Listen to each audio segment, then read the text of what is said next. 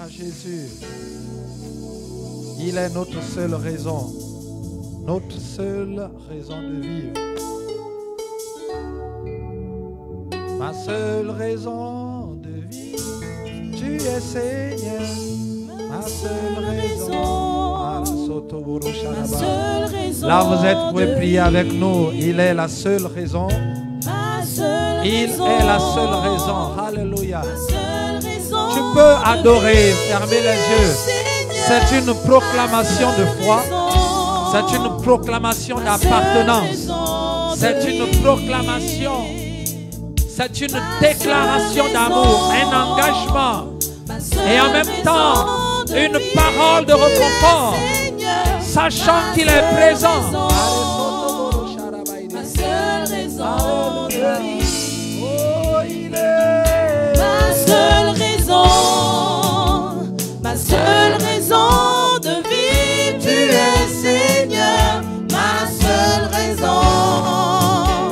Ma seule raison de vivre. Jésus est. Ma seule raison.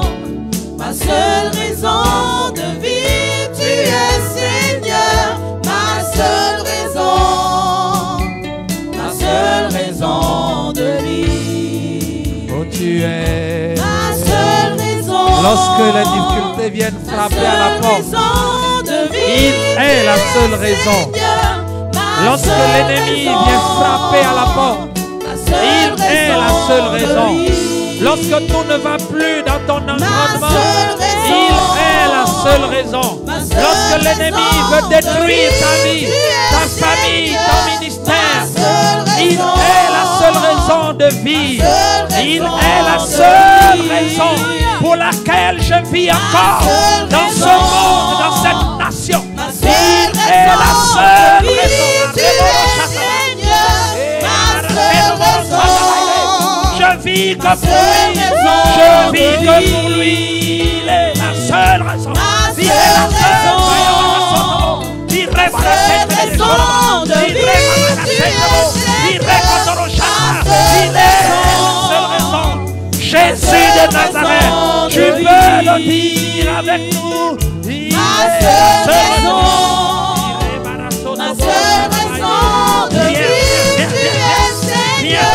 Ma seule raison. Il est la seule Ma raison. seule raison.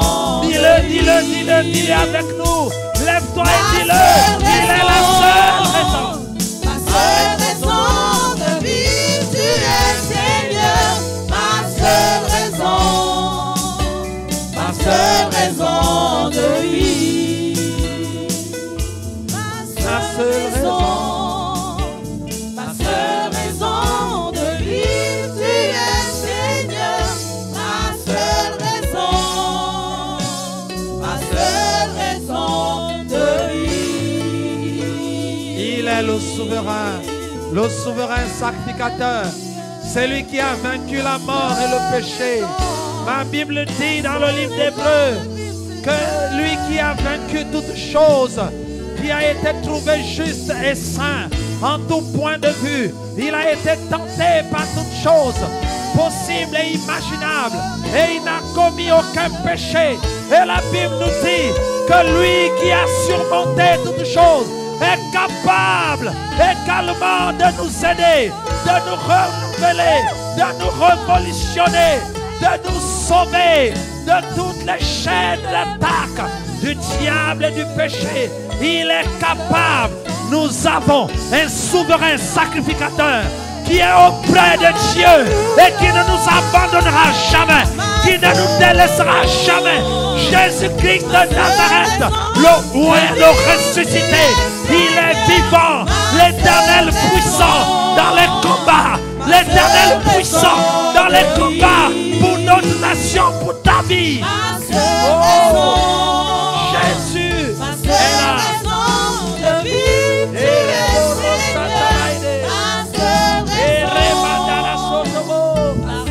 Est-ce que quelqu'un peut acclamer le roi des rois, celui qui est mort et ressuscité, le vivant, le saint, l'alpha et l'oméga, le commencement et la fin, le premier-né de toute la création, Il a dit, rendez grâce à Dieu en toutes choses, car c'est lui qui vous a rendu capable d'avoir part à l'héritage des saints dans la lumière. Il est l'image du Dieu invisible, le premier-né de toute la création. Car Dieu a voulu que toute plénitude habite corporellement en lui. La Bible déclare qu'il est le chef, la tête de l'Église, le commencement et la fin. Tout a été créé par lui et pour lui. Jésus de Nazareth, il a réconcilié le monde avec Dieu à travers sa mort et la mort de la croix. C'est pourquoi nous élevons son nom, nous glorifions son nom, nous magnifions son nom. Notre Rédempteur vit, notre Rédempteur vit. Alléluia. Notre Rédempteur vit. Il est vivant. Je sais qu'il m'a secouru. Son sang a couvert mes fautes. Je le crois et je le sais. Si tu crois avec moi, dis-le. Il mérite d'être loué ce matin. Alléluia. Merci Seigneur. Merci Seigneur. Merci Seigneur. Merci Seigneur. Gloire à Jésus. Il y a une onction de joie ce matin. L'Éternel, il est fort dans le combat. C'est lui qui combat pour nous. La Bible dit, il est l'Éternel puissant et fort dans les combats. Voilà pourquoi tu dois te réjouir. Parce qu'aujourd'hui c'est un temps de réjouissance. Il a dit combat le bon combat. Combat le bon combat. Garde la foi et saisis la vie. 1 Timothée chapitre 6 verset 12. Restez encore un instant, il dit combat le bon combat. Combat le bon combat de la foi. Saisis la vie éternelle à laquelle tu as été appelé, pour laquelle tu as fait cette belle confession en présence d'un grand nombre de témoins. Un jour tu t'es fait baptiser, tu as reçu Jésus devant des témoins. Il te dit maintenant, combat le bon combat et saisis la vie. Saisis la vie. Saisis la vie. Mon frère, le bon combat, c'est de saisir la vie. Le bon combat d'un chrétien, c'est de saisir la vie. Si tous les combats que tu mènes n'ont pas pour résultante le fait de saisir la vie de Dieu, alors vous n'êtes pas dans les bons combats. Les bons combats de la foi nous permettent de saisir la vie éternelle. Or, la vie éternelle, c'est Jésus. Alors le bon combat pour un chrétien réside dans le fait de saisir Christ. Si tu l'as saisi, Dieu dit que tu as combattu le bon combat. Le bon combat, c'est peut-être pas tout ce que tu vis en ce moment. Alléluia. Est-ce que quelqu'un peut mettre un bossa nova là-bas? Rythme.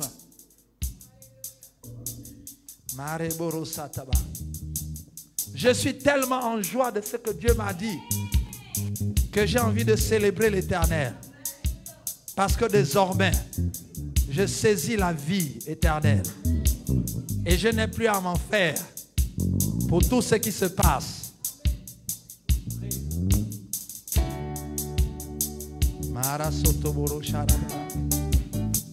Repose-toi sur lui. Ce chant, il est calme pour te permettre de te détacher de tous les combats que tu menais. Pour que tu rentres dans le bon combat. Parce que le bon combat de Dieu n'est pas fatigant. Il n'épuise personne. C'est pourquoi Dieu est en train de te renouveler ce matin. Alléluia, gloire à Jésus. Alléluia, amen. Amen. Alléluia, amen. Amen. Alléluia, amen. Amen. Alléluia. Amen. Alléluia, amen. Amen. Alléluia, amen. Amen. Alléluia, amen. Amen. Oh Jésus, combat pour moi. Hey. Amen. Alléluia, amen. Amen. Alléluia,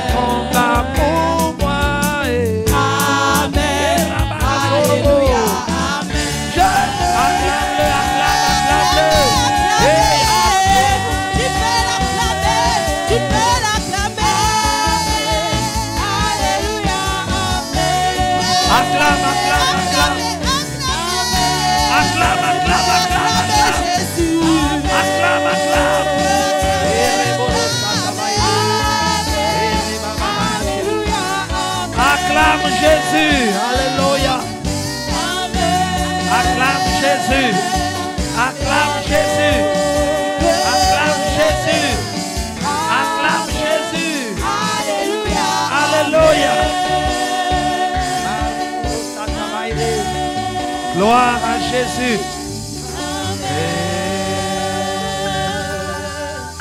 Amen. Alléluia. Amen. Gloire, gloire, gloire, gloire, gloire. Alléluia. Merci Jésus. Amen. Oh, je sens, je vois que la tristesse a quitté ta vie. La joie est revenue dans ta maison. Là où il y avait la tristesse, la joie est là. Ton Jésus est fort dans les combats. Il est puissant et fort dans les combats. Merci les chantres. Est-ce qu'on peut acclamer le Seigneur pour le service de ce matin? Alléluia, gloire à Jésus. Combat le bon combat de la foi. Saisis la vie éternelle. Combat le bon combat de la foi. Saisis la vie éternelle. Nous sommes en train de voir en quelques minutes le bon combat, le bon combat. Certainement, nous sommes dans plusieurs combats ce matin, au niveau national, régional, familial, au niveau personnel, au niveau même ecclésiastique. Il y a tellement de combats. En fait, tant que nous serons sur la terre, il y aura toujours des combats. Parce que Dieu nous appelle des soldats. Et les soldats doivent combattre. Nous l'avons vu les semaines dernières. Dieu nous appelle l'Éternel des armées. Et un chef d'armée combat. Il n'y a pas d'armée qui ne combatte pas. Donc Dieu est d'accord avec le combat. Parce que dans le combat, nous avons les victoires. Voilà pourquoi il nous demande de saisir, de choisir, de sélectionner le bon combat. Parce qu'il y a des combats qui sont importants. Il y a des combats qui sont intéressants, mais qui ne sont pas bons pour toi. Tout est dans la bonté. Il y a des combats qui ne sont pas bons pour toi, dont les résultats ne t'avancent à rien, dont les résultats ne font pas avancer ta vie. Dieu regarde, il dit que ce ne sont pas des bons combats. C'est peut-être des combats intéressants, des combats importants, mais qui n'ajoutent rien dans ta vie. Il a dit dans toutes choses, il y a un combat que nous devions combattre. C'est le bon combat. Il y a plusieurs combats dans la vie chrétienne, mais il y a un bon combat. Et il dit, ce bon combat, c'est de saisir, de garder la foi. Le combat, le bon combat selon Dieu, que les chrétiens, les enfants de Dieu doivent mener en priorité, c'est le combat pour garder la foi. Parce que garder la foi, ce n'est pas une petite chose, ce n'est pas une petite affaire. C'est tellement difficile de garder la foi. Il faut féliciter les gens qui ont fait 50 ans dans la vie chrétienne et ont toujours la foi. Parce qu'il y en a qui ont passé du temps dans l'église, qui ont commencé par l'esprit et qui finissent par la chair. C'est difficile de passer 30 ans en maintenant la foi et en gardant la foi. C'est quelque chose d'important à regarder, à imiter, à dire merci Seigneur. Gardez la foi. Il a dit, lorsque je reviendrai sur la terre, trouverai-je la foi? Or, la foi nous permet de vaincre l'ennemi. La foi nous permet de saisir ce qu'il y a dans le monde spirituel et nous amène cela dans le physique. Donc, tant que nous n'avons pas la foi, nous aurons du mal à rentrer en possession de tout ce que Dieu a dit et d'avoir des victoires. La foi est très importante, primordiale, déterminante et incontournable dans la vie chrétienne. Dieu dit, avant de regarder tous les autres combats, les combats pour ton mariage, les combats pour tes finances, les combats pour ta famille, les combats pour ton travail, les combats pour tes affaires, il y a un premier combat qui est le bon combat, qui a été qualifié par Dieu comme étant le bon combat. C'est celui de garder la foi. Parce que si ce combat est perdu, tous les autres combats seront perdus. Parce que tout vient de la foi. Il dit que ce bon combat est un combat où on saisit la vie. Le bon combat est celui dont on saisit la vie. Il faut saisir la vie. Pourquoi je combats? Je combats dans ma vie chrétienne pour saisir la vie. Je ne combats pas seulement pour chasser les démons, pour détruire les sorciers. Non, ce n'est pas le bon combat. C'est un type de combat, mais ce n'est pas le bon combat. Est-ce que nous devions les combattre? Oui, ces combats sont importants. On doit les combattre. Mais Dieu a fait une classification. Cette classification commence par le numéro 1. Le maillot jaune de tous les combats. C'est le bon combat. Et après, on a pu aligner les autres combats. Les autres combats n'ont pas été classés. Il y a un bon combat et il y a les autres. Donc, il y a le maillot jaune et il y a le peloton de combat qui est derrière et qui essaie d'avancer. Il y a un meilleur combat. Le combat qui te donnera le prix de la victoire. C'est le bon combat de la foi. Le combat où on saisit la vie éternelle. Dieu dit de saisir la vie éternelle. Vous savez, quand on saisit quelque chose, c'est que la chose tente de nous échapper. Donc il faut saisir. Il n'a pas dit attrape la vie éternelle. Il a dit saisis. Il faut la saisir, l'attraper. Parce que la vie éternelle, ça peut glisser rapidement. Tu dois saisir et faire attention. Et donc, combat consiste à saisir chaque jour de ta vie. Jusqu'à ce que tu meurs, tu dois saisir tous les jours, tous les matins, la vie éternelle. La saisir, la rechercher, la retrouver, la catalambano, la poursuivre, l'attraper. Ça, c'est le bon combat. Dieu dit que chaque jour, tu dois saisir la vie éternelle. Tout autre combat qui ne t'amène pas à saisir la vie éternelle, à assurer ta vie éternelle après la mort, ta vie éternelle sur cette terre, elle n'est pas un bon combat. Beaucoup d'entre nous, nous passons à faire des combats qui ne sont pas les bons combats. Il dit, pour saisir la vie éternelle, il dit, faites tous vos efforts. Or, sa divine puissance nous a donné tout ce qui contribue à la vie et à la piété, au moyen de la connaissance de celui qui nous a appelés. 1 Pierre, 2 Pierre chapitre 1 verset 3. Celle-ci nous assure de sa part les plus grandes et les plus précieuses promesses, afin que par elles vous deveniez participants de la nature divine, en fuyant la corruption qui existe dans le monde par la convoitise. À cause de cela même, faites tous vos efforts pour joindre à la foi la vertu, à la connaissance, la maîtrise de soi, la patience, la piété, la communion fraternelle ou l'amour fraternel et l'amour.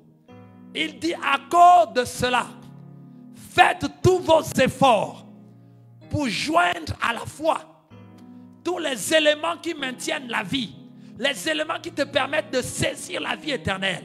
Une fois tu as saisi la foi, tu as gardé la foi, tu dois maintenant avec la foi poursuivre la vie éternelle. Et pour poursuivre la vie éternelle, tu dois ajouter à la foi un nombre d'éléments qui sont écrits dans 1 Pierre, dans 2 Pierre, pour t'aider à capturer la foi, pour t'aider à attraper et à saisir la vie éternelle plutôt. Gloire à Dieu. Lorsque un chrétien se concentre sur ces éléments, Dieu dit qu'il combat le bon combat. Parce que c'est tellement difficile, c'est tellement préoccupant, ça prend tellement de temps que tu n'auras plus le temps d'aller faire d'autres combats. Lorsque vous voyez un chrétien qui combat tous les autres combats, c'est qu'il ne fait pas le bon combat. Parce que le bon combat va te prendre toute la vie, au point où tu n'auras plus le temps de t'occuper de tous les autres combats. Donc, lorsque nous voyons des chrétiens qui combattent tous les autres combats, sauf le combat de la foi, c'est qu'ils se sont détournés du bon combat. Parce que lorsqu'on ne combat pas le bon combat, on va forcément, nous combattrons d'autres combats. Parce que nous ne pouvons pas rester sans combattre. Nous sommes des soldats. Et nous sommes dans l'armée de Dieu. Et nous ne pouvons que combattre. En fait, notre vie est une vie de combat. Et si on ne combat pas le bon combat, nous allons combattre d'autres combats. Psaume le chapitre 24, verset 8 nous dit: porte levez vos linteaux, que le roi de gloire fasse son entrée. Que le roi de gloire fasse son entrée. Et quelqu'un s'est posé la question: mais qui est ce roi de gloire? C'est qui? Comme au Gabon, comme dans notre nation, comme dans le monde, les gens se posent la question: mais qui est ce roi de gloire? Qui est ce Jésus? Et l'Esprit de répondre à travers son serviteur: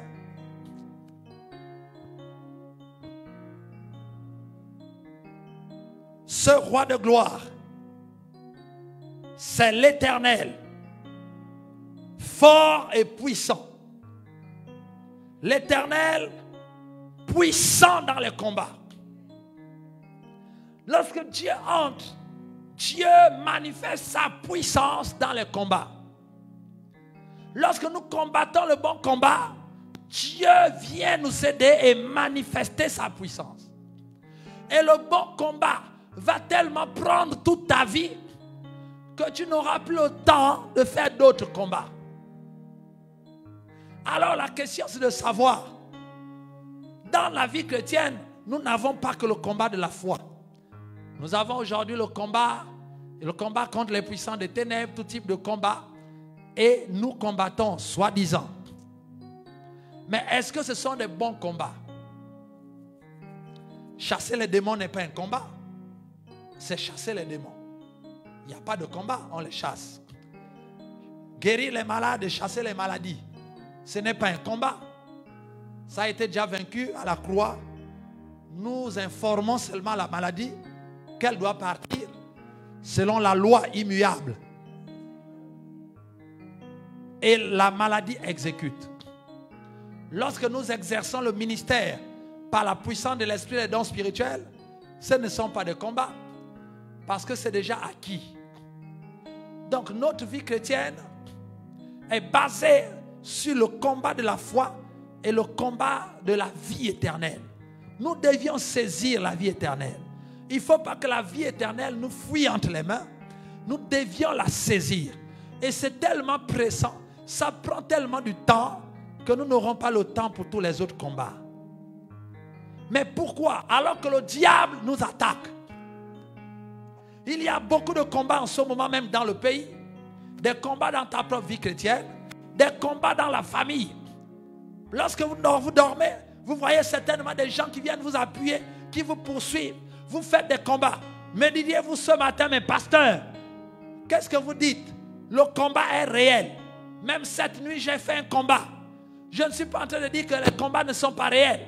Ces combats sont réels, mais ces combats ne sont pas les bons combats. Selon Dieu. Pourquoi ce n'est pas des bons combats selon Dieu? Mais ce sont des combats de la chrétienté. L'Ancien Testament est rempli de combats, des illustrations de combats. Oui, ce sont les combats de la vie chrétienne. Ce sont des combats qui nous arrivent. Le diable nous attaque d'une manière ou d'une autre. Mais pourquoi Dieu dit que ce ne sont pas des bons combats? Parce que ce n'est pas notre combat. Le bon combat pour le chrétien, c'est le combat de la foi. C'est celui de saisir la vie éternelle. Tous les autres combats de la vie chrétienne ne sont pas bons pour le chrétien, mais ils sont bons pour Dieu. En d'autres termes, à part le combat de la foi et celui de saisir la vie éternelle, que Dieu ne peut pas faire à ta place parce qu'il s'agit de ta foi et c'est toi qui veux être sauvé, c'est à toi de saisir. Dieu ne va pas saisir la vie éternelle pour toi puisque c'est lui la vie éternelle. Donc c'est toi qui dois le rechercher et le saisir, lui. Donc le bon combat pour Dieu, c'est celui où le chrétien le poursuit lui. Est-ce que quelqu'un me comprend? Le bon combat, c'est le combat que Jacob a combattu. Et il a passé le temps à combattre l'ange que Dieu avait envoyé pour le saisir. En fait, ce combat, c'était quoi? Ce n'était pas un combat de corps à corps. Ce n'était pas un combat de match de catch. Ce n'était pas un combat de boxe. Parce que dans tous les cas, Jacob ne faisait pas le poids. Donc ce n'était pas un combat de karaté ou de kung fu. Mais la Bible dit que Jacob a combattu et il a lutté. Et Dieu l'a laissé faire. Parce que le combat de Jacob, c'était quoi? Il avait saisi l'ange et il a dit à l'ange que tu ne pars pas sans m'avoir béni. Dieu appelle cela le combat. Le vrai combat et le bon combat selon Dieu, c'est le combat où vous cherchez Dieu et vous le saisissez pour dire: Seigneur, je ne te lâche pas tant que je n'ai pas reçu la vie éternelle qui est en toi. Tant que je n'ai pas vu ça dans ma vie, je ne te lâche pas. Et donc Dieu fait semblant de combattre avec toi. Parce qu'en réalité, il est content. Et donc il va dire: oh non, laisse-moi aller. Je dis: je ne te laisse pas. Laisse-moi aller. Je dis: laisse pas. Donc quand tu pries un peu, tu sens qu'il t'exauce un peu. Après il coupe. Tu viens, tu rajoutes. Tu ajoutes les jours de prière, d'adoration, de louange, de proclamation de la parole. Il dit, ah oui, là ma fille, mon fils sont en train de combattre le bon combat. Lorsque les choses deviennent un peu difficiles, ta foi grandit. Tu fais grandir ta foi par la parole. Dieu dit, ça c'est le bon combat. Et la Bible dit que toute la nuit, l'ange a été attrapé par Jacob. Il a dit, je ne te laisserai pas. Je ne te laisserai pas aller avant que tu m'aies béni. Écoutez, Jacob n'a pas dit à l'ange, regarde mon grand frère Ésaü, il vient pour me tuer, fais quelque chose. Ou bien donne-moi une arme, donne-moi le feu. Comme ça, dès qu'il arrive, j'envoie le feu. Non, il n'a pas demandé ça. Il a dit, mon grand frère est en train d'arriver pour peut-être me faire du mal, je ne sais pas. Mais pour l'heure, ce qui m'intéresse, c'est que toi là, tu dois me bénir. J'ai le flair qu'il y a une vie en toi. Je ne te connais pas, je ne sais pas si tu es un homme ou tu es un esprit, mais je sens qu'il y a une vie en toi. Je te saisis, tu ne bouges pas. Et l'ange peut-être lui dit, mais fais attention, ton frère est en train d'arriver. Il dit oui, ça là on va voir après. Pour l'instant, toi tu ne pars pas sans m'avoir béni. Toute la nuit ils ont lutté jusqu'au matin où Dieu dit que finalement le jour se lève, je dois partir. Il a dit jour ou pas jour, tu me bénis. L'ange était obligé de dire, bon, tu veux la bénédiction? Il a frappé sur les reins. Et depuis ce jour, l'ange a été déboîté. Et c'est le signe de la séparation entre la chair et l'esprit. La bénédiction de Dieu, lorsque tu as saisi Dieu, la preuve que tu as saisi Dieu et que tu as combattu le bon combat, c'est qu'il te brise d'abord la hanche.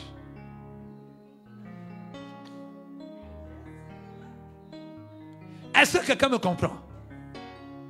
Tu ne peux pas être béni par Dieu si la hanche n'est pas brisée. Tu ne peux pas être béni par Dieu si Dieu n'a pas fait une séparation entre l'esprit et la chair. La hanche, pourquoi Dieu frappe à la hanche? Parce que la hanche, elle, là où on met la ceinture, la hanche sépare les membres antérieurs, c'est qu'on dit postérieur, hein, inférieur, et les membres supérieurs. Les membres inférieurs représentent la vie charnelle de l'être humain. Les membres supérieurs représentent la vie spirituelle. Donc lorsque Dieu te bénit, la bénédiction de Dieu ne commence pas par une pluie de billets ou des voyages à Dubaï. Ça là, les païens ont ça. Le diable donne ça. Tu n'es pas la première personne à aller à Dubaï. Avant toi, il y a eu des millions de païens qui sont allés là-bas par la force de Satan. Donc ce n'est pas une bénédiction que d'aller à Dubaï faire les affaires. La bénédiction de Dieu commence par le brisement et une séparation nette entre la vie de l'esprit et la vie de la chair. Nous quittons la chair pour l'esprit. À partir de là, c'est une preuve que tu es en train de combattre le bon combat et que tu es maintenant en train de saisir la vie. Et quand tu saisis cela, ta vie spirituelle commence à changer. Tu ne marches plus comme avant. Quand les païens te voient marcher, ils ont l'impression que tu marches en saccadé. En fait, tu n'es plus comme eux. Tu ne marches plus comme eux parce que tu as été brisé. Tu marches maintenant par l'esprit. Et à partir de ce moment, Dieu dit que toi, tu ne t'appelleras plus Jacob. Non, tu t'appelleras Israël. Ça veut dire celui qui a combattu avec les hommes, contre les hommes et contre Dieu. Et il est sorti vainqueur. C'est à partir du moment où Dieu déclare que tu es sorti vainqueur du combat de la foi que la bénédiction coule. Voilà le bon combat. Voilà ce que Dieu attend de nous. Ne cherchez pas les milliards. Les milliards se trouvent dans la hanche. Il faut qu'on la brise. Est-ce que quelqu'un me comprend ce matin? Donc ta richesse, ton élévation, ton bon combat est lié à ta capacité à saisir la vie et à laisser le Seigneur briser ta vie charnelle pour que la vie de l'esprit prenne le dessus sur la vie charnelle. Tant que tu seras charnel, tu ne pourras pas bénéficier de toutes les grâces du bon combat, de tous les retombées de ton combat, puisque la Bible dit que Dieu nous a bénis de toutes sortes de bénédictions spirituelles. Voilà. Éphésiens chapitre 1 nous le dit, spirituel et en Christ. Donc, ça veut dire que si tu veux rentrer dans les bénédictions, tu dois être brisé pour que la vie de l'esprit se développe, parce que toutes les grâces que Dieu t'a données sont spirituelles. Si toi-même tu n'es pas spirituel, tu auras du mal à saisir toutes les grâces. Ton mariage est spirituel, ton entreprise est spirituelle, ton argent est spirituel, ta famille est spirituelle, ta fécondité est spirituelle, la réussite et le succès que tu attends, c'est spirituel. Tout ce dont tu as besoin, c'est spirituel. Si toi-même tu ne deviens pas spirituel, tu ne recevras rien. Voilà pourquoi lorsque tu combats le bon combat, tu saisis la vie, Dieu commence par te rendre spirituel. Parce que la vie de Dieu va venir séparer la chair avec l'esprit. Et tu vas commencer à être spirituel. Et plus tu seras spirituel, tu vas commencer à te servir de toutes les grâces que Dieu t'a données. Voilà la procédure. Même si on te fait couler toute une bouteille d'huile d'onction, cela n'amènera pas toutes les bénédictions. Donc, arrêtez de faire des bains d'huile ou des bains de vapeur, des bains d'eau, je ne sais pas trop. Tous les bains spirituels, disons, de soi-disant. Ça, c'est le bon combat qui nous amène cela. Voilà pourquoi la Bible dit que lorsque Jésus est allé dans le désert, il est sorti du désert. Il a vaincu Satan. Il a combattu le bon combat. Il a gardé la foi. La Bible dit que les anges sont venus le servir. Il n'y a pas un endroit où Jésus a prié pour que Dieu envoie les anges. Il n'y a pas un endroit où Jésus a demandé à Dieu à manger. Il n'y a pas un endroit où Jésus a demandé à Dieu la protection dans le désert. Il a seulement combattu le bon combat. Et les retombées du bon combat, c'est qu'avec ou sans la prière, Dieu envoie les anges pour te servir. Parce que voyez-vous, tous les vainqueurs sont souvent adulés. Est-ce que je peux parler encore? Lorsque quelqu'un a gagné la course, lorsque quelqu'un a gagné le combat, quand on sonne la fin du match et il a gagné par KO, les gens montent sur le ring et on soulève le vainqueur. Ou que ce soit au match de foot, que ce soit dans tous les sports, les gens viennent souvent soulever le vainqueur et on vient glorifier le vainqueur. On ne s'occupe pas des vaincus. Il n'y a que les journalistes qui s'occupent des vaincus pour aller leur demander qu'est-ce qui n'a pas marché. Explique-nous pourquoi tu n'es pas vainqueur. Voyez-vous. Mais la foule qui est là, dès que le match est fini, les gens sont tellement en joie que parfois même les spectateurs envahissent le stade. C'est-à-dire toute la sécurité qui a été débordée. Les gens sont tellement en joie que leur équipe a gagné. Ils envahissent le stade et ils manifestent leur joie. La ville est envahie. Les gens sont en train de regarder quand une équipe gagne la Coupe du Monde ou gagne un trophée important. Les gens sortent de leur maison, envahissent les rues. Et ça fait la fête. Le match s'est joué au stade, mais ce sont les rues qui sont envahies. Les gens sont dans la joie. Je suis en train de te dire que lorsque tu gagnes le bon combat, quand tu saisis la vie, dans le ciel est en train de regarder. Est-ce qu'il va saisir? Est-ce qu'il va saisir la vie? Et tu es en train et la vie éternelle est en train de te dribbler sur le terrain. Ouais, tu poursuis. Et quand Jésus veut passer, tu tacles la vie éternelle, tu saisis. Les gens crient. Et les téléspectateurs dans le ciel, ils sont en train de regarder et dire, ah, il a saisi la vie. Et quand Dieu siffle la fin, il dit, mon fils a gagné. Il a saisi la vie.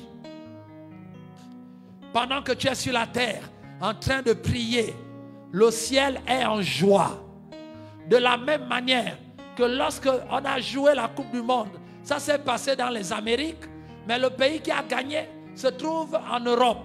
Et donc les gens envahissent les rues en Europe alors que le match s'est passé dans un autre continent. Tu ne peux pas savoir combien de fois ta vie a provoqué une liesse de joie au ciel. Au point où les anges ont envahi toutes les rues du ciel. En train de célébrer la victoire que tu as eue sur la terre. Parce qu'eux, ils regardaient seulement par écran. Ah, mon Dieu. Est-ce que quelqu'un me comprend ce matin? Voilà pourquoi la Bible dit que lorsque une seule personne se répand sur la terre, il y a de la joie dans le ciel. La joie là, ce n'est pas notre manière de faire la joie pour dire, ah oui, bon, vraiment félicitations. Non, la joie dans le ciel, c'est que les anges envahissent les rues. Les gens sont tellement en joie. Et on est en train de crier, regardez, regardez la vie éternelle. Regardez, quand quelqu'un était champion, on chante.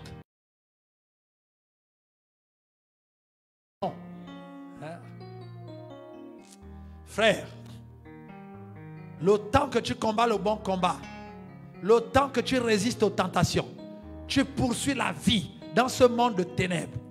Je ne peux pas te dire combien de chants dans le ciel les anges ont composé avec ton nom. On chante là-bas ton nom. Oh. Lorsque les joueurs ont fini de jouer, ils vont au vestiaire. Ils rentrent dans une petite pièce. Ils sont tellement fatigués, ils se reposent. Mais ils ne savent pas que dans la rue là-bas, les voitures sont en train de circuler, en train de klaxonner, et les gens sont dans la joie. Les policiers sont débordés pour faire l'ordre à cause du match. Or, les vainqueurs, ils sont assis fatigués. Ils sont fatigués dans les vestiaires. Mais ils ne voient pas ce qui se passe autour d'eux. À un moment donné, tu as l'impression que tu es fatigué. Vraiment, c'est trop dur. Tu as trop combattu. Et tu ne peux pas imaginer les rues qui sont bondées dans le ciel, que tu as sorti les milliers d'anges qui sont en train de célébrer la joie dans le ciel, en train de scander ton nom. Amen. Donc, ils sont en train, dans le ciel, ils sont en train de crier. Tu as seulement vaincu une tentation. Tu as dit, pendant que tu pleurais, Seigneur Jésus, je vais te suivre. Je refuse la tentation. Je veux saisir la vie. Tu continues dans la foi. Le diable t'amène des difficultés. Mais tu saisis, tu cites la parole. Il est écrit, il est écrit. Et Dieu dit, ma fille, tu as gagné. Et à partir de là, pendant que tu es fatigué, en train le diable te fait regretter ce que tu as raté. Dis, ah vraiment, tu as raté, tu es là pour dire, ah, Seigneur, je crois que ma vie est entre tes mains. Et tu chantes, ma vie est entre tes mains. Tu es dans ta petite pièce où tu loues, dans ton petit studio que tu loues, que tu n'as même pas encore payé. Et que tu es là-dedans. Et tu es en train de pleurer, en train de dire, Seigneur, ma vie, c'est toi. Tu ne peux pas imaginer en ce net moment ce qui se passe dans le ciel. Hey. Les anges ont envahi les rues parce que tu as gagné. Tu as joué, tu as combattu le bon combat et tu as remporté la victoire. La Bible dit que les anges sont venus servir Jésus. Jésus était là, il dit, mais c'est comme, il dit, non, assieds-toi. Tu ne fais rien. Qui êtes-vous? Il dit, non, mange seulement. Et les anges prennent, et Jésus était là dans le désert, on l'a fait asseoir, et les anges prennent un verre de jus. Majesté, buvez. Il dit, ah, la nourriture dit que, tranquille, parce qu'il était là. Pourquoi? Parce qu'il a vaincu. Et dans le ciel, les anges étaient en train de crier, et en train de crier ton nom. Si c'est Marie-Louise, hein, dans le ciel, pendant que tu es triste, les yeux sur la terre parce que c'est trop de problèmes, mais tu dis au Seigneur, vraiment ma vie est entre tes mains, je te donne ma vie. Dans le ciel, les rues pavées d'or sont bondées des anges. Et ils sont en train de sauter, en train de crier, Marie-Louise, Marie-Louise, Marie-Louise, Marie-Louise. Et ils sont en train de, et le ciel, ça bouge. Mon frère, hey. Sur la terre, tu es en train, ça c'est l'histoire d'un Américain, d'un Anglais. Un Britannique qui était allé en Chine pour être missionnaire. Et il a fait son travail, il a souffert tellement. Et à un moment donné, il fallait qu'il revienne en Angleterre. Et il est revenu dans le bateau pour revoir sa famille et se ressourcer pour repartir dans la mission. Et dans le même bateau, il y avait une actrice de cinéma qui était connue dans le monde de l'époque.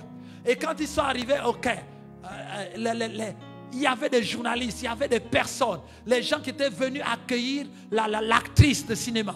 Et tout le monde chantait, et tout le monde était en joie. Les caméras et tout cela, les photographies avec les autographes. Et elle est descendue vraiment accueillie par des milliers de personnes. Et lui, l'évangéliste missionnaire, il est sorti du bateau. Il n'y a même pas quelqu'un. Seulement sa femme et quelques enfants en train de l'attendre. Dans l'anonymat. Dans l'anonymat total. Et il s'est dit dans son cœur que regardez tout le travail que j'ai abattu. Il n'y a même personne pour venir m'accueillir comme on a accueilli comme on accueille l'actrice. Et il était un peu attristé dans son cœur de voir que même les responsables de la mission n'étaient même pas là pour l'accueillir. Et pendant qu'il descendait tristement avec sa petite valise et toute la fatigue du ministère, des combats qu'il a eu là-bas, il a entendu une voix dans son esprit qui lui a dit, qui lui a posé la question que tu veux qu'on t'accueille dans la gloire. Est-ce que tu es déjà arrivé? On accueille dans la gloire, ce n'est pas ici. C'est quand tu vas arriver là-bas, là-haut, tu verras l'accueil qui te sera réservé. Mais pour l'instant, là, tu es encore en train de travailler. C'est normal qu'il n'y ait pas d'accueil. Mais l'accueil, c'est quand tu arriveras. Et il s'est fortifié. Et il était encouragé. Il a continué le ministère. Gloire à Dieu. J'aimerais vraiment faire bouger le ciel. C'est-à-dire que lorsque les anges devant le trône se demandent qu'est-ce qui se passe, Dieu leur dit, ils sont en train de célébrer les victoires de mon fils Victor au Gabon, à Libreville. Que ne vous inquiétez pas. Ce n'est pas un bruit de guerre, c'est un bruit de joie. Parce que mon fils a vaincu. Donc laissez-la. Vous savez, lorsque une équipe a gagné, lorsque quelqu'un a gagné et a fait honneur au pays, parce que lorsque nous avons les victoires, nous faisons honneur au royaume. Et lorsqu'on fait honneur au royaume, ce jour-là, toutes les mesures, toutes les lois, les règlements, tout ça là, de circulation, on arrête tout. Donc il y a comme un quartier libre généralisé. Les gens peuvent même rouler à contresens. À contre, il n'y a plus de verbalisation, il n'y a plus rien du tout. On peut rouler sur le trottoir, on peut marcher sur la pelouse. L'État, le responsable qui est là, va tolérer un peu les débordements, va tolérer le fait que l'ordre ne soit pas respecté, parce que le pays est en joie. Il y a quelqu'un qui a fait honneur au pays. Donc pour cela, on peut dire aux policiers d'arrêter un peu de patrouiller, laisser les gens, même ceux qui n'ont pas de permis, aller dehors célébrer. Alléluia. Combien de fois le ciel est en joie de ce que tu fais? Alors ne t'inquiète pas. Continue à travailler et à combattre le bon combat. C'est ce que Dieu attend de toi. C'est là où tu verras les anges venir te servir. Parce que tu es dans le bon combat et tu as vaincu. Lorsque tu fais les mauvais combats, ou les combats qui ne sont pas les tiens, il n'y a pas de récompense. Il n'y a pas de récompense. Parce que tu n'as pas combattu selon les règles. C'est même pas à toi de combattre. Lorsque tu combats à la place de quelqu'un d'autre, écoutez, pour ceux qui regardent le football, si ton nom n'a pas été aligné sur la feuille du match, même si tu es le meilleur de tous les joueurs du monde, même si tu es Ronaldo, Messi ou qui que ce soit, si ton nom n'est pas sur la feuille du match, tu n'as pas droit à aller sur le stade et jouer. Si tu joues, même si tu marques les buts, ces buts ne seront pas comptés. Et tu sortiras de là avec une amende et on va te sanctionner. Pourtant tu as marqué des buts, pourtant tu as dribblé, mais on va te sanctionner parce que ton nom n'était pas sur la feuille du match. Ce n'est pas à toi de jouer ce match. Beaucoup de chrétiens se fatiguent. Alors le joueur se serait fatigué pour rien. À la fin, ses prouesses, ses résultats ne seront pas comptabilisés.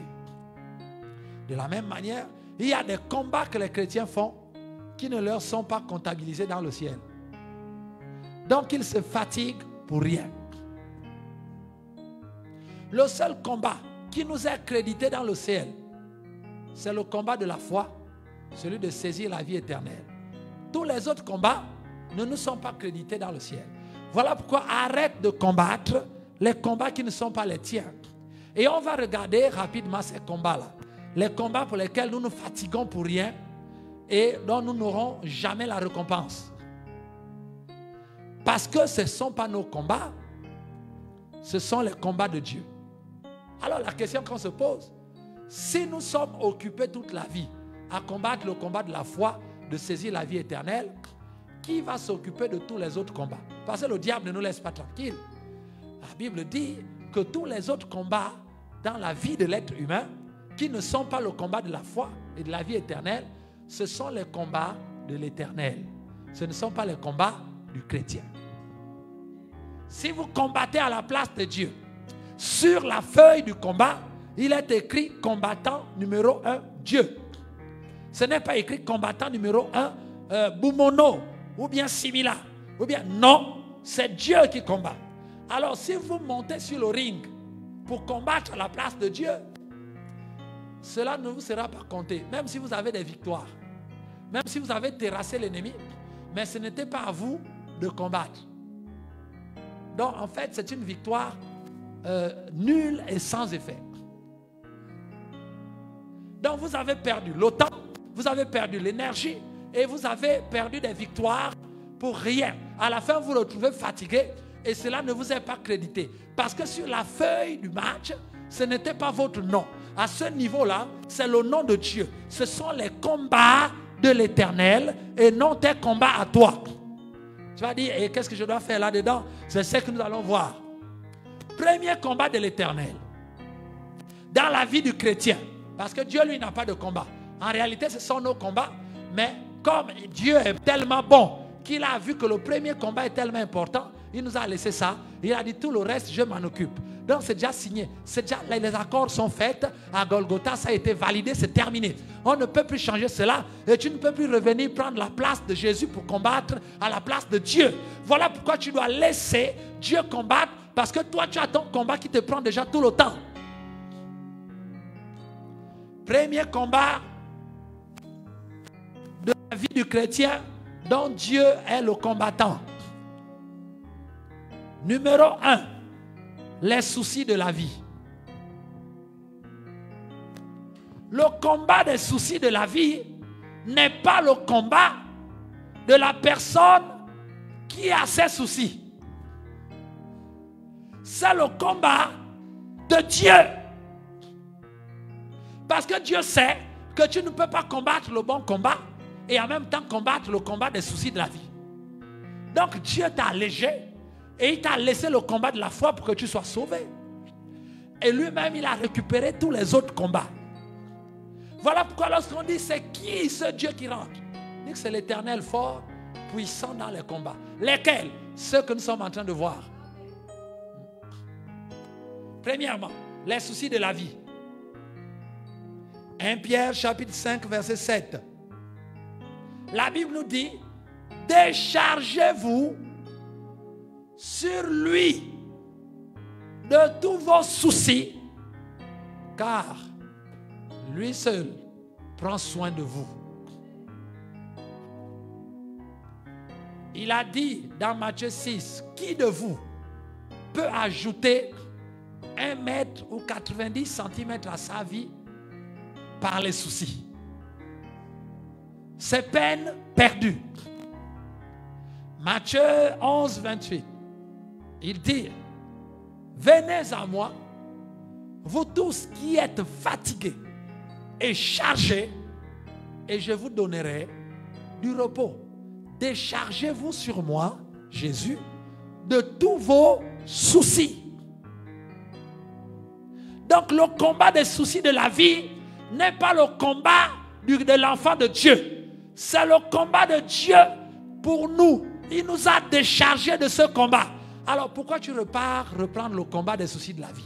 Vous voyez les chrétiens tristes. Ah vraiment c'est dur. C'est dur vraiment, le pays va mal.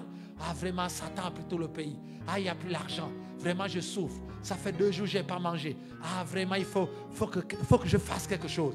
Il faut que tu fasses quelque chose, quoi? Qu'est-ce que tu vas faire? Le combat des soucis de la vie, c'est le combat de Dieu. C'est lui qui combat à ta place.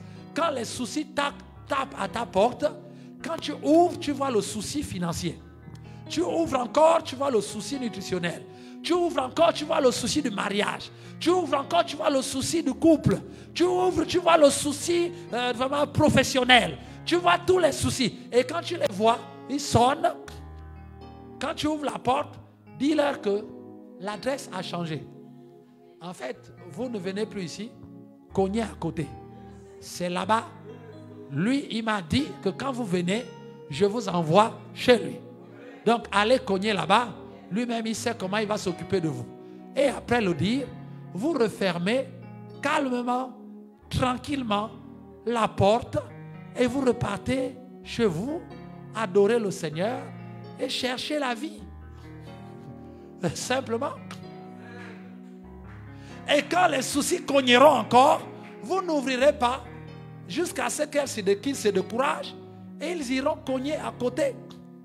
Et quand ils vont cogner à côté, c'est-à-dire à la porte de Jésus, Jésus va ouvrir et il va leur dire, bienvenue, vous êtes à la bonne porte, entrez. Moi-même, je vais m'occuper de vous. Et quand ils vont rentrer en masse, Jésus referme la porte, il les attache tous et il accroche à la croix de Golgotha. Et après, il ouvre la porte et il dit au suivant, est-ce qu'il y a encore un souci qui traînerait quelque part là? Venez.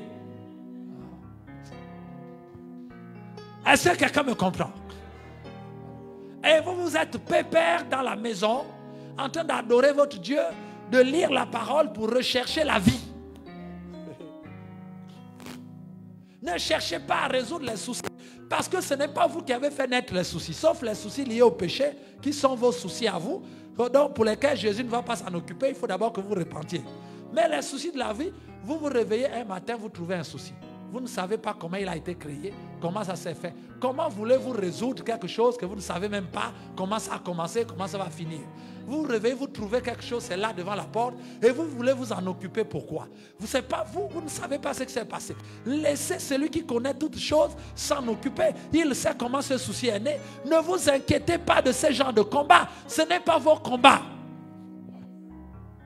Quand vous combattez ces soucis de la vie, vous créez des problèmes. Vous allez aller prendre des crédits pour résoudre des problèmes de soucis de la vie. Vous allez aller vous endetter, aller faire des prêts d'argent avec intérêt, des intérêts faramineux, des personnes qui livrent les intérêts, qui n'ont jamais fait d'école d'économie ni de finance et qui sont niveau 6e et qui fixent des intérêts dans les quartiers. Et te voilà là en train d'aller prendre des bons, t'endetter avec des intérêts bizarres qui ne correspondent à aucune loi financière et économique. Tu es en train de t'emprisonner, de créer d'autres problèmes qui n'existaient pas. Pourquoi? Parce que tu as voulu combattre le combat des soucis, alors que ce n'est pas ton combat. Si tu combats des combats qui ne sont pas les tiens, tu vas te fatiguer et tu vas créer d'autres problèmes qui n'existaient pas avant. Et ta vie va se compliquer encore et encore. Déchargez-vous sur lui de tous vos soucis. Ce n'est pas votre combat. Quels sont les soucis qui t'embêtent en ce moment?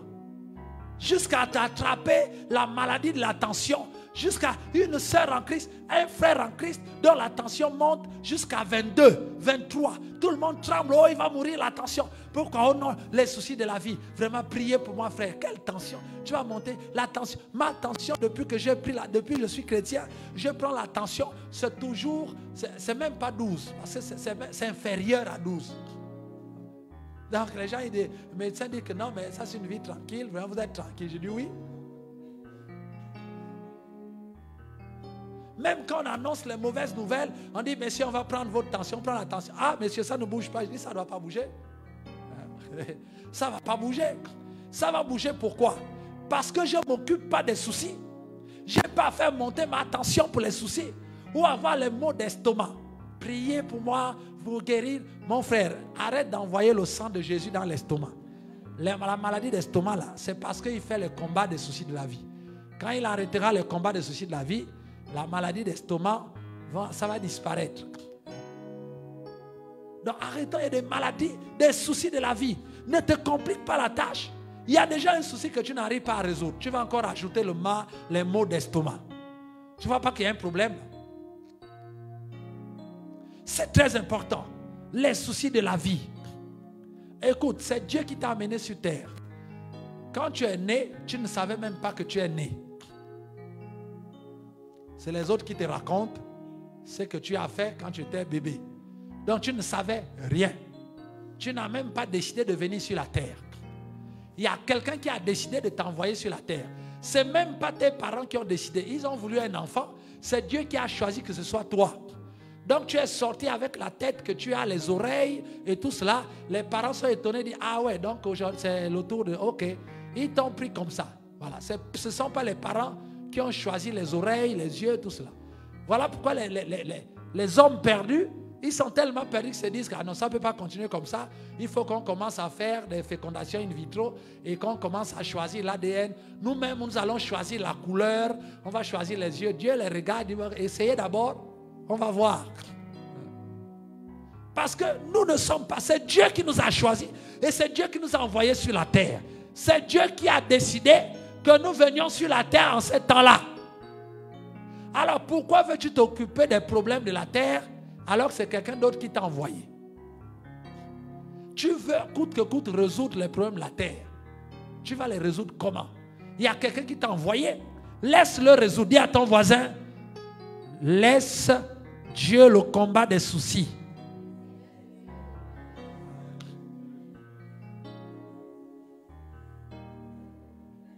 Donc Dieu ne peut pas être content. Quand nous venons dans sa présence, oh Seigneur, j'ai trop de soucis. Vous pensez que le fait de pleurer devant Dieu parce que les soucis vous dépassent, ça va faire fléchir Dieu? Non. Ça énerve encore plus le ciel. Pour dire, regardez-nous quelqu'un qui est en train de mourir pour une chose qui ne le regarde même pas. C'est bizarre. C'est-à-dire que tout le ciel est étonné de voir qu'il y a un enfant de Dieu qui est en train de pleurer à cause des soucis de la vie. Et le rapport qui est fait dans le ciel, c'est que la fille de Jésus est dépassée par les soucis. On a trouvé un fils de Dieu au Gabon, à Libreville, qui est dépassé par les soucis. Il a même dit qu'il ne prie plus, il n'a plus la force de prier. Tellement les soucis l'ont dépassé. Donc les gens sont étonnés que quoi? Il est dépassé par quoi? Les soucis, oui. Mais ce n'est pas son combat. Pourquoi il va prendre les choses qui ne le concernent pas? Vous devenez une énigme dans le ciel. Parce que vous voulez combattre la place de Dieu. Écoute, Dieu est puissant dans le combat. Ça veut dire que si Dieu a récupéré ce combat de soucis-là, parce qu'il a vu que pour ce genre de combat, il faut quelqu'un de très puissant. Et comme c'est lui le tout-puissant, il a récupéré ça. Si Dieu est à même de combattre cela, toi qui es fils de Dieu, qui n'est pas tout puissant comme Dieu, tu veux prendre le combat de Dieu, vous allez arriver où? Tu ne pourras jamais. Dieu a fait le tri. Écoute, tu as un enfant, vous allez puiser de l'eau, il y a un bidon de 20 litres et une bouteille de 1,5 litre. Vous remplissez les deux. Tu as un enfant de 2 ans ou 2 ou 3 ans. Et toi, l'adulte, tu regardes, tu jauges la puissance. Et tu te dis, le bidon de 20 litres là, ça correspond à ma puissance. Moi, je vais transporter ça. Et le petit de 3 ans dit que pour toi, ce qui correspond, c'est la bouteille. La bouteille en plastique. Tiens, amène ça, tu vas t'exercer à soulever les choses lourdes. Et quand le petit de 3 ans soulève la bouteille d'1,5 litre, c'est très lourd. Et il dit au père, papa, c'est lourd. Le père dit, oui, c'est ça, mon fils. Il faut que tu soulèves les choses lourdes. Mais l'enfant pense que là, il est au sommet de la lourdeur. Mais en fait, aïe, est-ce que quelqu'un peut acclamer le Seigneur Jésus?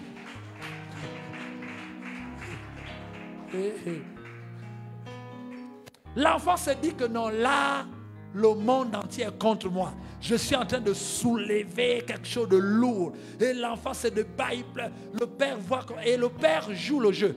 Le père ne dit pas à l'enfant que ce que tu soulèves là, c'est rien. Arrête. Non. Donc le père, quand il regarde le fils, il sent que le fils souffre. Il dit, mon fils, vas-y. Et le fils se dit, ah oui, là mon père réalise combien de fois je souffre. Les gens, ils pensent, quand ils souffrent les choses de la terre, c'est tellement lourd. Et quand Dieu vient leur parler pour dire, fortifier, dit, ma fille, ça va aller, je suis là avec toi. Il dit, hey, même Dieu est au courant que là, vraiment, je souffre. Même Dieu lui-même sait que là, vraiment, je suis au sommet, vraiment, de la difficulté au Gabon. Tu n'es pas au sommet, ce n'est qu'une bouteille. Tu n'es pas au sommet. Parce que Dieu, lui-même, il a choisi de soulever 20 litres. Il sait que tu ne peux pas. Les soucis de la vie, là, tu ne peux pas. Tu ne peux pas les soulever. Voilà pourquoi Dieu a pris ce combat et il t'a donné le petit combat de la foi. Et il y a des chrétiens qui vont dire, non papa, moi je suis capable de soulever et la bouteille et le bidon de 20 litres. Mais tu n'as que 3 ans. Parce que si tu essaies de soulever ce bidon de 20 litres, si le bidon de 20 litres tombe sur un enfant de 3 ans, il meurt. Si tu veux soulever tous les soucis que la vie là, terrestre va t'amener dans la vie, tu risques de mourir avant le temps.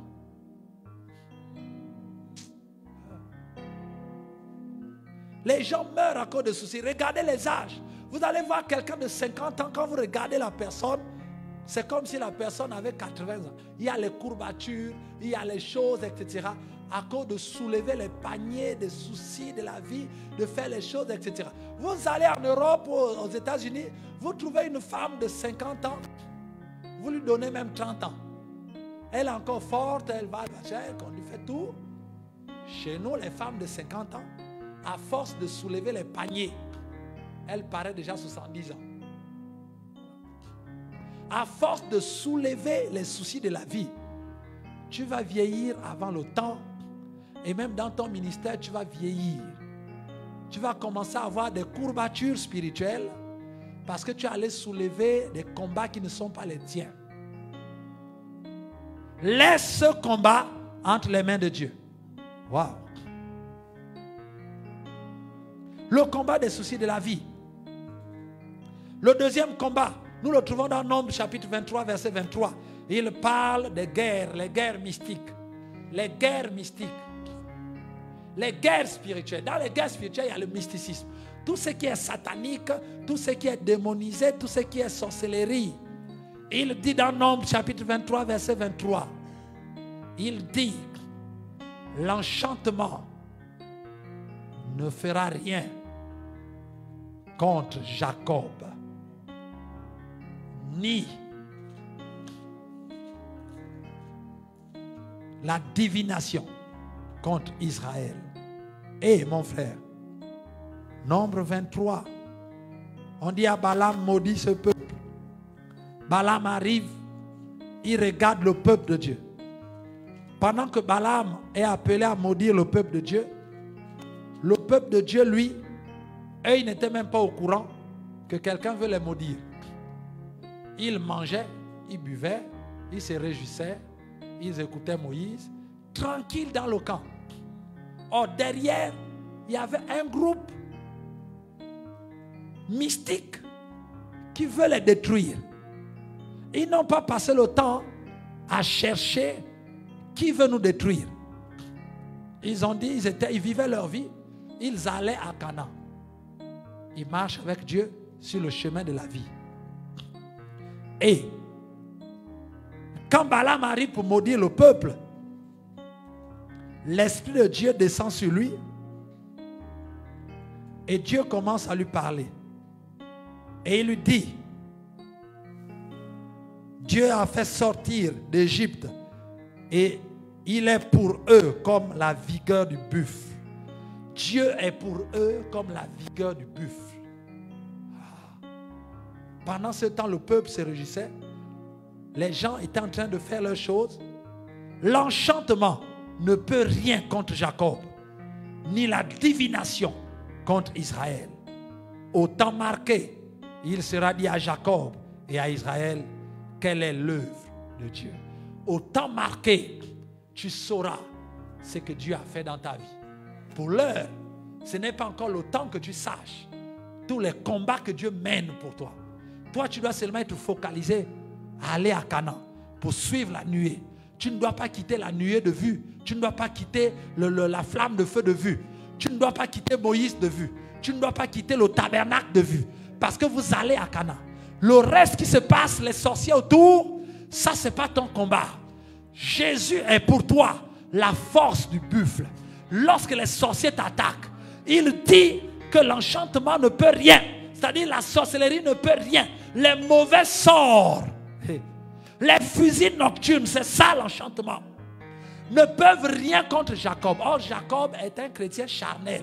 Jacob n'était même pas encore spirituel. C'est la divination ne peut rien contre Israël. La divination, l'occultisme, les œuvres satanées ne peuvent rien contre un enfant de Dieu. Mais Jacob là, c'est-à-dire le petit chrétien qui s'embrouille dans la vie chrétienne, Dieu dit que la sorcellerie ne peut rien contre quelqu'un qui a donné sa vie à Jésus. Jésus est pour lui la force du buffle. Écoutez-moi bien. Au moment où Balaam et Balak sont en train de chercher à maudire le peuple là, il y en a qui étaient dans le péché. Il y en a qui étaient en train d'aller à la tente d'assignation avec leurs pigeons en tirant les taureaux pour sacrifier pour les péchés qu'ils ont faits. Donc le peuple que Dieu est en train de défendre là n'est pas un peuple saint. Est-ce que quelqu'un me comprend? Le peuple que Dieu est en train de défendre là, chacun à son niveau, d'autres sont en train de pécher, d'autres sont en train de confesser les péchés, d'autres sont en train d'adorer, d'autres sont en train de faire des choses, mais c'est le peuple de Dieu. Et Dieu dit, Balaam, l'enchantement, fusil nocturne là, ne peut rien contre Jacob, ne peut rien contre un de mes petits-enfants qui a donné sa vie. Aucun. Je suis là à la force du buffle pour eux. Et au temps marqué, ils sauront l'œuvre que je suis en train de faire. Au temps marqué, arrêtez de prier pour demander à Dieu qu'il vous dise quel est le Barak et le Balaam qui veut vous tuer dans votre famille. Ne cherchez ni Barak ni Balaam, sinon vous allez vous détourner du chemin de Canaan. Combattez le bon combat. Laissez Balaam et Barak dans leurs histoires de sorcellerie. Vous avancez. Dieu sera pour vous la force du buffle. Le combat de la sorcellerie, du mysticisme n'est pas le combat des chrétiens. C'est le combat de Dieu. Si tu rentres dans ce combat, tu fais le mauvais combat. Et tu risques de laisser ta vie là-dedans. Voilà pourquoi il faut faire attention avec ce que nous appelons combat spirituel. Petite chose au nom de Jésus, je brise, j'envoie le feu. Les rats passent, les cafards, je mets le vent, je mets le feu, je mets l'eau, je mets le vent, je mets l'huile, je mets le sel. Il y en a d'autres qui mélangent tout, ils mettent le sel, l'huile, le vent, le feu, le sang, tout ça là sur un petit rat. Donc tu vas mettre le sang, le feu, l'huile, le sel, le nom de Jésus, tout. Bombarder tout cela sur un rat ou un cafard. Vous dites, nous sommes dans le combat spirituel. Dès que l'oiseau passe au-dessus de la tête, à 19h ou à 22h, quand tu sors, tu vois un oiseau qui passe au-dessus de ta maison. Nul et sans effet. Nul et sans effet comme.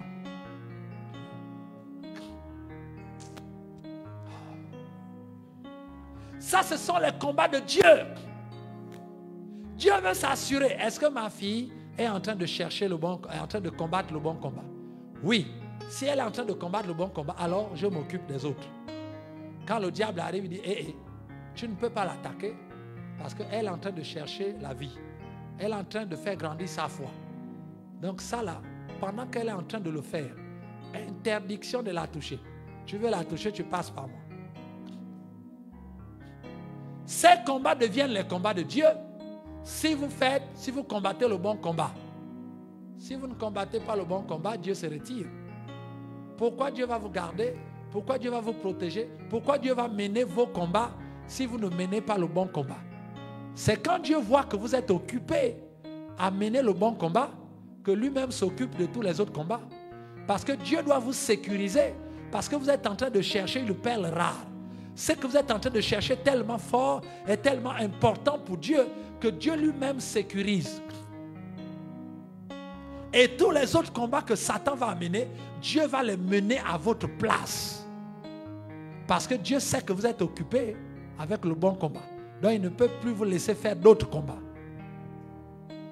Mais si le chrétien ne fait pas le bon combat, pourquoi voulez-vous que Dieu combatte avec vous?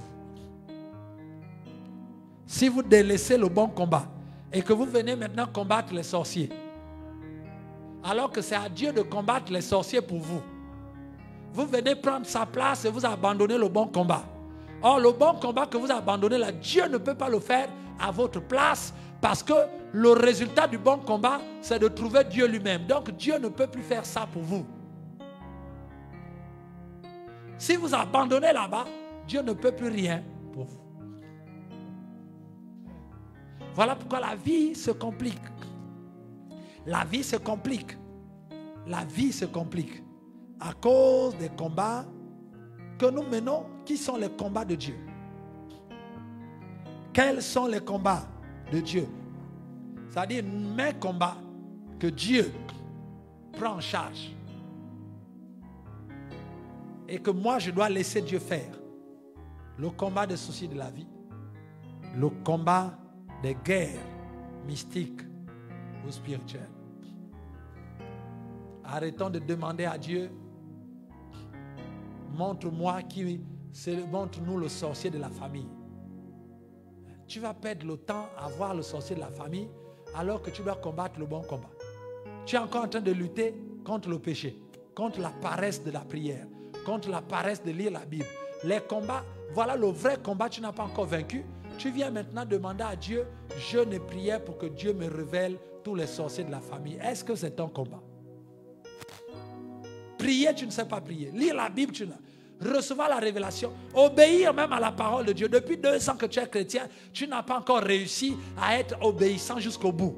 Mais tu veux maintenant laisser ça pour aller chercher tous les sorciers de ta famille. Qui t'a dit que c'est ton combat? Ce n'est pas ton combat. Cherchez premièrement le royaume de Dieu et sa justice. Tout le reste vous sera donné. Jésus, après avoir combattu le bon combat, Dieu a dépêché une cohorte d'anges express pour le servir. L'Éternel est mon berger, je ne manquerai de rien. Il me fait reposer dans les verts pâturages. Il me conduit vers les eaux paisibles. Il restaure mon âme. Quand je marche dans la vallée de l'ombre de la mort, je ne crains aucun mal, car sa houlette et son bâton me rassurent. Il ondule ma tête et ma coupe déborde. Il dresse une table devant mes adversaires et mes ennemis, devant les baraques et les balames. Il ondule ma tête, ma coupe déborde. Oui, le bonheur et la grâce m'accompagneront tous les jours de ma vie. Le bonheur et la grâce t'accompagneront où? On accompagne quelqu'un quelque part. Le bonheur et la grâce ne t'accompagneront pas dans le chronos. C'est-à-dire tu te lèves le matin, tu te couches le soir et puis le bonheur et la grâce t'accompagnent. Non, le bonheur et la grâce m'accompagneront tous les jours dans le combat de la foi. C'est lorsque j'irai dans le combat de la foi que le bonheur et la grâce m'accompagneront tous les jours. Tous les jours que je rechercherai Dieu, le bonheur et la grâce m'accompagneront. Le bonheur et la grâce n'accompagnent pas quelqu'un qui ne marche pas. Tu es enfant de Dieu, tu es assis, tu n'évolues pas dans la vie chrétienne. Le bonheur va t'accompagner comment? On accompagne quelqu'un qui se déplace. Toi, tu ne te déplaces pas, tu ne grandis pas. Comment veux-tu que le bonheur et la grâce t'accompagnent? Arrêtons de citer les versets bibliques qui ne nous concernent pas. Ce n'est pas des slogans. Oui, le bonheur et la grâce m'accompagneront. Comment ça? Tu ne sais même pas que l'Éternel est ton berger. Il te conduit dans les eaux paisibles, vers les eaux paisibles. Il te conduit vers les verts pâturages. C'est là-bas où le bonheur et la grâce t'accompagnent. Si tu ne suis pas Jésus dans les verts pâturages, tu ne suis pas Jésus vers les eaux paisibles, tu ne suis pas Jésus là où il t'amène, comment veux-tu que le bonheur et la grâce t'accompagnent là où tu es assis dans le péché? Waouh! Et j'habiterai dans la maison de l'Éternel tous les jours de ma vie. Il dresse devant mes ennemis, mes adversaires, la table. C'est-à-dire, quand Barak, Balaam viennent t'attaquer, les sorciers viennent te détruire, Dieu met la table et il te fait manger. Donc, quand ils arrivent, ils viennent pour te tuer. Mais ils arrivent, Dieu dit, ah, attendez, asseyez-vous et assistez comment mon fils mange. C'est ça. Ça s'appelle, ça dit que c'est une manière que Dieu a trouvée pour ridiculiser les adorateurs de Satan, les serviteurs de Satan qui veulent du mal à ta vie. Ça veut dire que plus ils viennent, plus Dieu leur permet d'être autour de toi pour qu'ils voient comment Dieu t'élève. Ça va être une humiliation pour vous, pour eux. Plus ils font des incantations contre toi, plus tu prospères. Donc, il dresse la table devant tes adversaires et il te fait manger. Il dit, voulez-vous un peu de pain? Oui, mangez. Et les adversaires sont là. Quand les adversaires disent, Seigneur, nous aussi, non, non. Et ils sont là, ils sont contraints à assister comment tu es en joie, comment tu es en paix, comment tes enfants prospèrent, comment tes affaires prospèrent, comment ta propre vie prospère. Tu as la bonne santé et à la joie dans votre maison. Vous ne manquez de rien. Dieu vous donne des voitures, des maisons, de l'argent. Tout cela devant les adversaires. Et ils sont là assis à la table et ils ne font que contempler la gloire de Dieu. Donc ils voient les plats passer. Mon frère, quand tu es assis à la table et que quelqu'un mange, toi tu n'as que l'odeur. Tu as seulement les bonnes odeurs. Et ça, c'est le poulet. Mais ce n'est pas ton poulet. Et ça, c'est ce que Dieu fait vivre aux sorciers. Ça, c'est son combat. Dieu le fait vivre. Donc, quand les anges passent avec l'odeur de la réussite financière, le sorcier l'a dit, si moi aussi je pouvais. Dieu dit, non, non, non, ça c'est pour mon fils que vous voulez tuer. Regardez comment je lui amène la richesse. Et pendant qu'il t'amène ça, ton voisin sorcier, ta grande soeur, ton grand-père, ton oncle sorcier, qui est dans la famille, à chaque fois qu'il rentre dans ta maison, il dit, la maison là a changé. Oh, il y a déjà un écran plasma ici. Tu dis oui. Alors, il se souvient que toutes les nuits, il était en train d'aller dans les arbres mystiques, en train de dire, ma nièce là, elle ne réussira pas. Je bloque son argent, je bloque son travail, je bloque ceci. Il bloque les cadenas, tout ce qu'il fait. Il souffle dessus. Il dit, quand il revient, il vient chez toi. Il constate que le mois dernier, quand il était passé, tu n'avais pas un salon. Il a fait des incantations. Quand il revient, il trouve le salon. Il dit, mais ça évolue ici. Hein. En fait, quand il te dit ça évolue ici, c'est parce qu'il est en train de voir le contraire de ce qu'il fait. Et il ne fait que voir le contraire.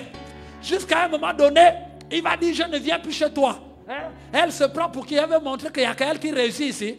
Non, quand tu comprends ça, ça veut dire qu'il est en train, l'odeur de la bonne nourriture, la réussite, est en train de lui flanquer en narine et il est fâché. Voilà pourquoi les gens sont fâchés contre toi dans la famille. Les voisins sont fâchés, tes collègues sont fâchés. Parce qu'au moment où ils veulent te détruire, dans leur sorcellerie, Dieu dresse une table et il contemple comment tu évolues. Laisse ces combats, ce sont les combats de Dieu. Ce sont les combats de Dieu. Toi, avance dans le bon combat. Nous avons vu 2 combats aujourd'hui, nous verrons les autres prochainement. Parce que ce n'est pas fini les combats de Dieu. La liste est tellement longue. Le diable veut tellement détruire l'être humain, le chrétien, que Dieu lui-même s'est positionné comme étant un rempart. Il y a tellement de combats que nous verrons prochainement. Mais aujourd'hui, regardez ces 2 combats. Libérez-vous de ces combats. Ne sois pas inquiet de savoir qui me mange. Dès que tu as un peu des maux de tête, tu commences à prier pour dire, Seigneur, montre-moi ce qui se passe. Qu'est-ce qui se passe? Il se passe que tu as des maux de tête. Prie pour la guérison. Ne cherche pas à connaître le mystique. Le peuple d'Israël n'avait pas cherché à savoir si autour d'eux il y avait un mystique qui voulait les tuer. Non, eux ils vivaient leur vie. Ne cherche pas. Ne crée pas des situations d'intrigue pour dire que oui, quand je marchais, quand je suis sorti de la maison de tonton, dès que je suis arrivé à la porte, j'ai senti vraiment comme une flèche qui est passée dans mon pied. Et depuis le jour-là, j'ai mal. J'ai mal. Donc vraiment, prophète, Seigneur, montre-moi, est-ce que ce n'est pas mon oncle vraiment qui m'a envoyé quelque chose? Hein? Ça, ce n'est pas ton combat. Dis à ton voisin que ce n'est pas ton combat. Ce qui m'importe, c'est de savoir, ah, j'ai mal au pied, ok. Je ne cherche même pas à soupçonner. Je dis, qu'est-ce qui est écrit dans la parole? Il est écrit que Jésus est mort pour nous et par ses maîtrissures, nous sommes guéris. Alors j'impose les mains. Voici les miracles qui accompagneront ceux qui auront cru. En mon nom, ils imposeront les mains aux malades et les malades seront guéris. Maintenant, au nom de Jésus, douleur, tu quittes mon pied. Et la douleur s'en va, elle repart chez le sorcier. Et quand le sorcier demande que, pourquoi tu reviens? Il dit que je ne peux rien. Lui là, il est trop fort. Qu'est-ce qui s'est passé? Il dit, je ne peux pas te raconter, mais c'est fort. Donc je suis revenu. Et quand le sorcier là vient chez toi, il vient te trouver, il dit, ah vraiment, les maladies là, il y a trop de maladies. Et il va mentir que lui-même il a mal au pied. Ah vraiment, depuis le jour que tu es passé à la maison là, j'ai mal au pied. Vraiment, je ne comprends pas ce qui se passe. En fait, lui, il veut savoir si toi aussi tu as mal. Parce que si tu as mal au pied, tu vas dire, ah mais c'est vrai que moi aussi depuis là c'est bizarre. Hein? J'ai aussi mal au pied. Il va dire, ah donc ça l'est atteint. Donc quand il vient vérifier comme ça, tu marches tranquillement. Il dit, ah mais moi j'ai mal au pied là. Tu dis, non mais moi je suis bien. Il dit, ah mais qu'est-ce qui se passe? Il contemple la gloire de Dieu. Jusqu'à un jour, il va venir te demander, mais tu as quel pouvoir? Et c'est là où on va t'ériger chef de la famille. On va dire que désormais, on ne prend plus les décisions ici sans lui. Parce que lui, il a un pouvoir là qu'on ne maîtrise pas. En fait, les sorciers, comme ils ne connaissent pas Jésus, ils vont penser que tu as eu un pouvoir de sorcellerie plus élevé qu'eux. Et donc, eux, ils vont te considérer dans le monde de la sorcellerie comme étant le plus grand des sorciers. Et quand tu arrives, les gens tremblent. Ils ne tremblent pas parce qu'ils savent que tu es chrétien, mais parce qu'ils pensent que la puissance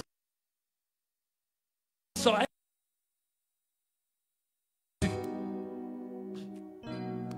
Donc tu es le plus grand de tous les sorciers du village quand tu arrives. Voilà.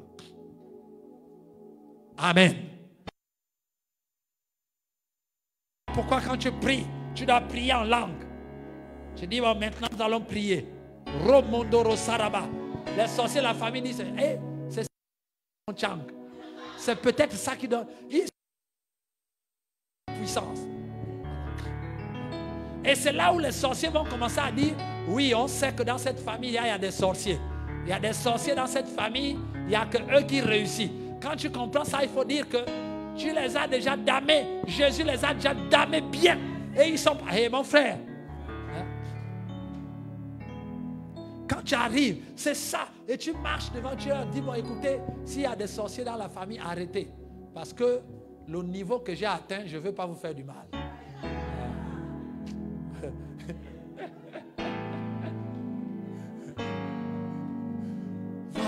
Ça, c'est très important. Je me rappelle, dans un pays étranger, un Gabonais qui était allé, et il y a un sorcier qui l'attaquait tout le temps. Et un jour, le sorcier est venu lui dire, c'était son voisin. Il lui a posé la question que toi, tu as quel pouvoir? Il ne lui a pas répondu que je suis chrétien, je prie Dieu. Non. Il a dit, j'ai le pouvoir de faire vivre et de faire mourir. Le sorcier est reparti en courant. Il n'est plus jamais revenu.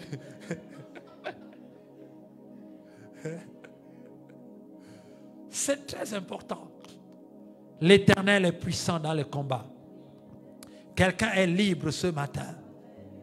Lorsque tu combats le combat de la foi, tu n'as plus l'amertume dans le corps, le cœur. C'est quand tu veux combattre toi-même les sorciers de ta famille que la haine va commencer à arriver. Mais quand tu laisses Dieu combattre, alors toi, tu vas manifester l'amour. Notre royaume, c'est l'amour. Ce n'est pas la haine. ce n'est pas la crainte. Voilà pourquoi tu dois combattre le bon combat de la foi, saisir la vie, dispatcher la vie dans ta famille. C'est ce que Dieu attend de nous. Et là, tu pourras vraiment travailler dans l'amour et non dans la crainte, dans la haine, dans ceci. Parce que tu combats le bon combat. Les autres combats, Jésus est là. Jésus est là pour toi. Il est là. Alors, les maux d'estomac, les tensions qui s'élèvent, ces choses vont quitter ta vie aujourd'hui. Le découragement va quitter ta vie aujourd'hui. Parce que Dieu seul combat pour toi. Crois seulement. Et tu verras la gloire de Dieu. Est-ce que nous pouvons élever nos voix et prier le Seigneur pour ces deux combats de Dieu que nous avons pris parfois?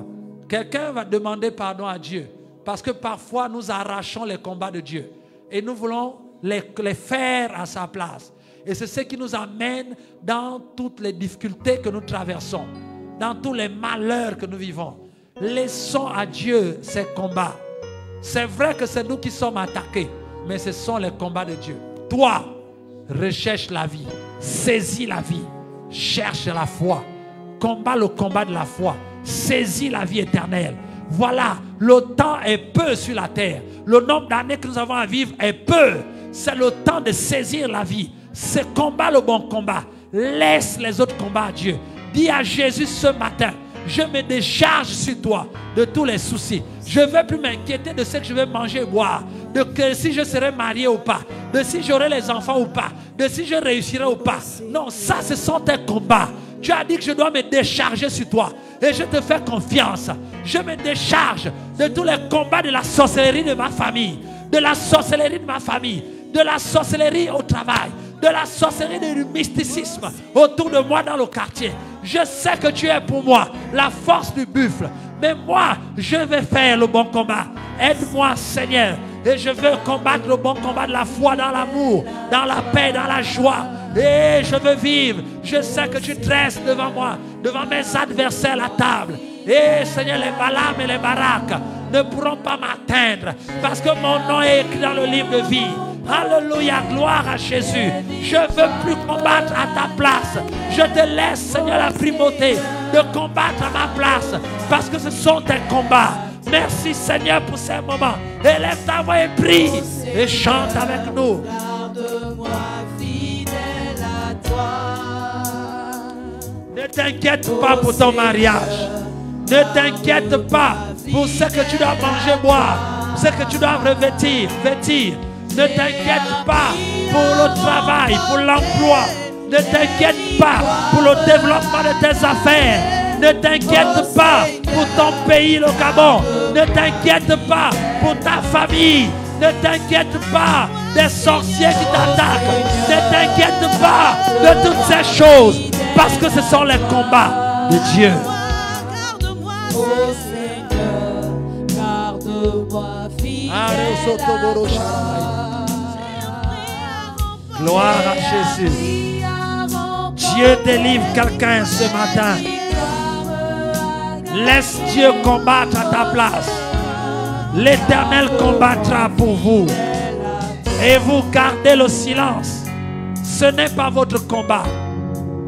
L'Éternel puissant et fort dans les combats. Il est là. Il aime les combats.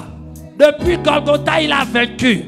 La Bible dit qu'il a dépouillé les dominations et les autorités. Il leur a livré publiquement spectacle en triomphant d'elle par la croix. La Bible dit qu'un jour il reviendra pour le combat final. Jésus est un combattant, vaillant guerrier, le vainqueur, celui qui a vaincu. Il est là. Laisse-le faire à ta place. Crois seulement et tu verras la gloire de Dieu. Lâche prise. Laisse Dieu combattre à ta place. Toi combats le combat de la foi. Et tu feras cette semaine ce que Dieu va faire.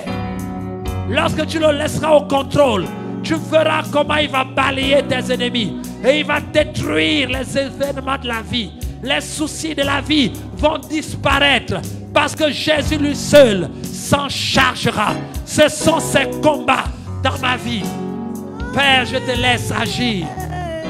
Oh, aide-moi à combattre le bon combat. Jéhovah est Gloire à Jésus. Soyez bénis en ce jour. Gloire à Jésus. Soyez bénis. Merci Seigneur pour ta que cette semaine soit une semaine où nous allons nous attacher au bon combat et vivre la vie éternelle qui est dans le bon combat. Merci Seigneur parce que tous les autres combats, tu t'en charges. Et Seigneur, tu connais nos ennemis. Tu connais les soucis de la vie, les problèmes, les difficultés, les barrières, tout ce qui nous empêche d'avancer. Seigneur, ceux qui font la guerre à notre âme, Seigneur, tu connais toutes ces choses. Mais pendant que nous allons nous occuper du bon combat, de te connaître, toi le seul vrai Dieu, et celui que tu as envoyé, Seigneur, toi seul, Seigneur, combattra pour nous. C'est pourquoi je crois que cette semaine est une semaine de victoire. Une semaine de victoire où tout le ciel sera content de nous, de notre combat de la foi, où nos noms seront scandés dans les lieux célestes, nos noms seront cités dans le ciel. Seigneur, à cause des victoires, Seigneur, une semaine où les anges seront envoyés dépêchés pour servir tes enfants qui auront combattu et eu des victoires sur le bon combat. Seigneur, merci, oh Dieu, parce que nous sommes pleins de force, pleins d'enthousiasme, pleins de foi. Quel que soit ce qui se passe dans notre nation, nous savons que l'Éternel combat pour nous. Ce sont tes combats et non nos combats. Nous sommes remplis d'amour pour notre prochain, pour nos familles, pour nos voisins, pour nos dirigeants. Seigneur, parce que c'est toi qui combats pour nous. Nous te rendons grâce, Seigneur, pour cette pluie de bénédiction cette semaine et de grâce qui se déverse sur chacun. Seigneur, ceux qui ont besoin d'exaucement par rapport à des sujets particuliers dans leur vie, de guérison, de bénédiction, d'élévation, Seigneur, de mariage, de fécondité. Seigneur, tu les bénis dans le nom de Jésus. Tu fais prospérer nos affaires. Seigneur, tu fais prospérer nos vies. Seigneur, tu induis notre tête. Notre coupe va déborder cette semaine. Elle va déborder au point où les voisins verront le débordement de joie, le débordement de paix, le débordement de richesse, le débordement de grâce, le débordement d'onction, le débordement de puissance, le débordement de faveur. Seigneur, ma coupe déborde et la coupe de mon frère, de ma soeur déborde en cette semaine. Oui, le bonheur et la grâce m'accompagneront tous les jours de cette semaine, car l'Éternel est Dieu et j'habiterai, nous habiterons cette semaine dans la maison de l'Éternel. La maison de l'Éternel. Gloire à Dieu et merci Seigneur pour cette grâce, cette faveur. Que toute la gloire te revienne et nous disons Amen. Bon dimanche à tous et que Dieu vous bénisse. Amen. Je chanterai de tout cœur les merveilles de mon papa Yahweh. Il m'a ôté des ténèbres, il m'a délivré de tout péché. Je chanterai tout au long de cette semaine. Bonne semaine de victoire à tous. De mon papa Yahweh, il m'a ôté des ténèbres, il m'a délivré de tout péché. Oui, je chanterai de tout cœur les merveilles de mon